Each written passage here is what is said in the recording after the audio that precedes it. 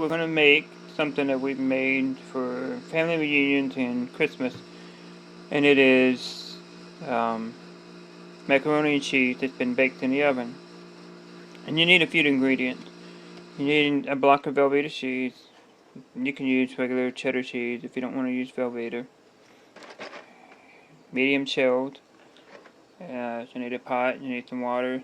You're gonna cook your shells first.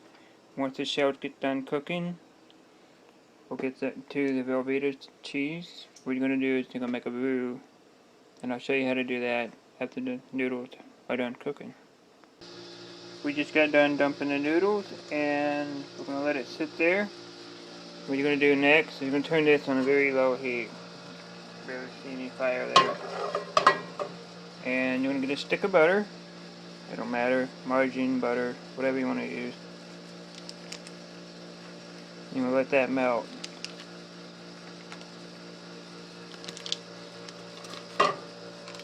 It's better if you do this with two hands.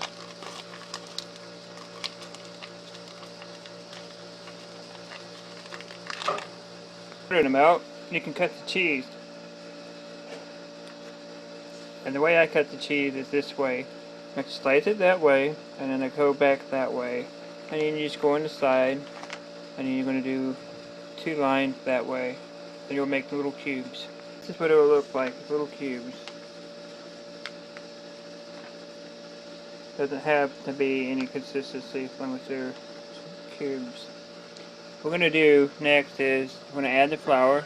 The butter is melted, and you want the texture of this, you want it to be like an applesauce consistency. I have a fourth of a cup. I'm going to just dump it. Normally we just eyeball it.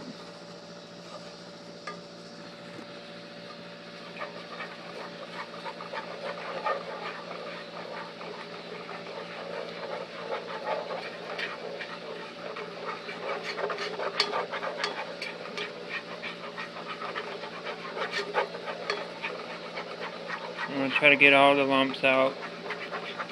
You can use a whisk, you can use a spoon. I'll use a spoon. It's more conventional for me. It's still a little soupy, so I'm going to add a little bit more. And that's about, we'll go about halfway. I have a fourth of a cup, and we'll stir some more.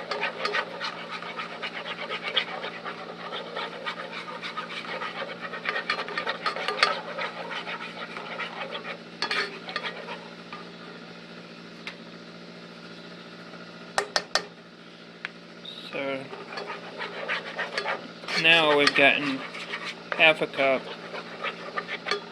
and now we're getting to the consistency that we want.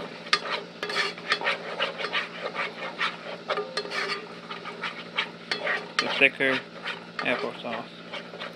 And we're going to fill the milk up. You need milk as well. I'm going to fill the milk up about a fourth of the way here, or just enough to cover the applesauce texture here.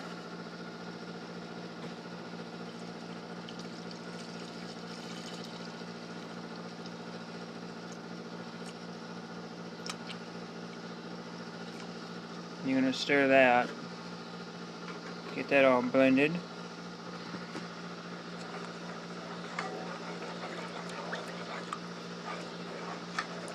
And this milk will turn yellow because of the butter.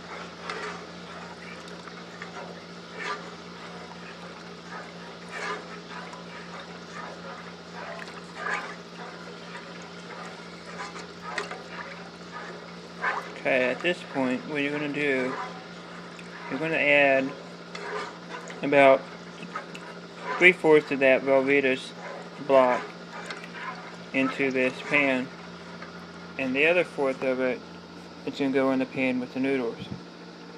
So you can set aside a fourth of it, and you're going to do is just take small sections at a time If you want to dump them all, you can, but it's easier just to do small chunks at a time.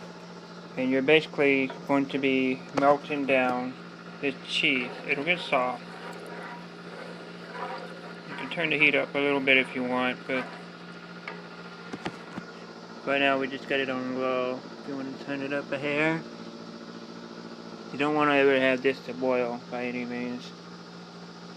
You just want the cheese to melt. Okay. I'm going to keep adding this cheese in, and we'll keep stirring it. Once it gets done, I will put the noodles into the pan, and we'll add the cheese. We'll add this section of the cheese, and we'll dump this into that cheese, and we'll bake it in the oven.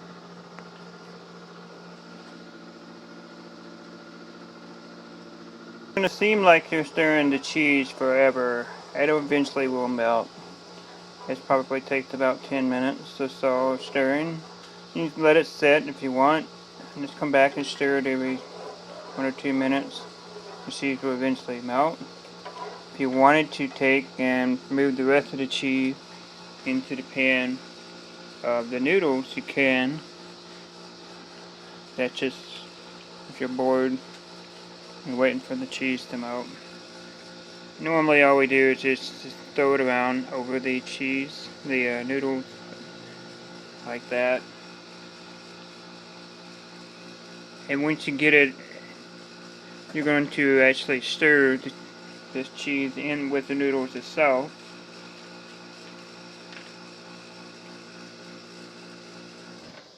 And what this is going to do is going to make it a lot thicker, creamier.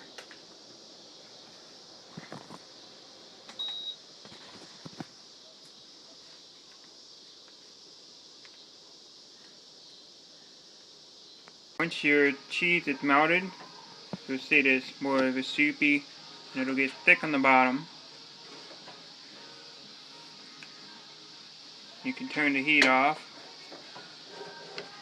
and you're going to pour this into the pan. You'll have all this sauce in the pan up here.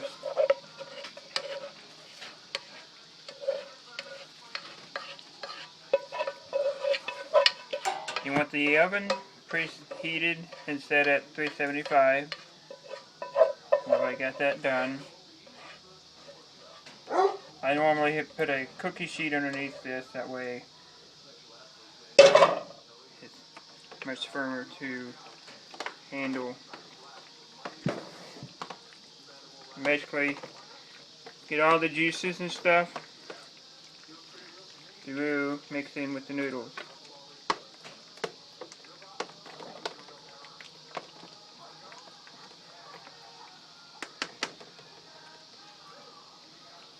Now you got your cheese already in there.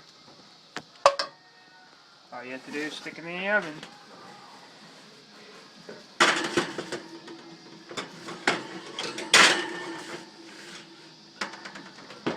You should expect it to be bubbling like this because it's cooking. That's why I put a bigger pan underneath it. Sometimes you'll get an air bubble, it gets a little bit big. You can pop it with a fork or whatever. Once it starts to get a uniform brown color on the top, that's when it's done. Alright, once you get the mac and cheese and it looks this color, it's a uniform, that's when it's ready.